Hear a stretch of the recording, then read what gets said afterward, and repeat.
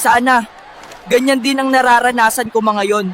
Kung di lang nawala ang aking mga magulang, sana makapag-aral ako. Balang araw makakapasok din ako dyan. At pagsisikapan kong makaipon para makapagtapos ako ng pag-aaral ko, Han.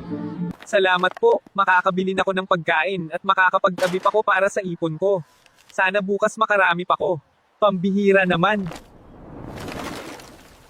Bakit ngayon pa umulan? Sana tumigil ang ulan. Sana huminto na ang ulan para makahanap ako ng tutulugan ko para maaga ako bukas magising na. Buti naman tumigil na ang ulan. Makakapagpahinga na ako. Kailangan ko na matulog. Nakakapagod naman ngayong araw pero okay lang. Kailangan ko pa kumayod ulit. Matutulog na ko. Lolo, okay lang po ba kayo?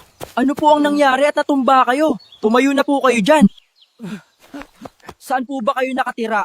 At ihahatid ko na po kayo para ligtas kayo makauwi. Iho, salamat, andito na tayo. Pumasok ka muna at makapagkape ka at almusal.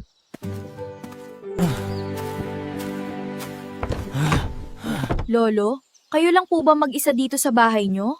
Oo, ako lang ang nandito saglit, Ipag. Hahain kita ng makakain. Kung gusto, aampunin na lang kita. Mukha ka naman mabait at mapagkakatiwalaan. Gina, kumain ka na at magpahinga ka na at may pag-uusapan tayo.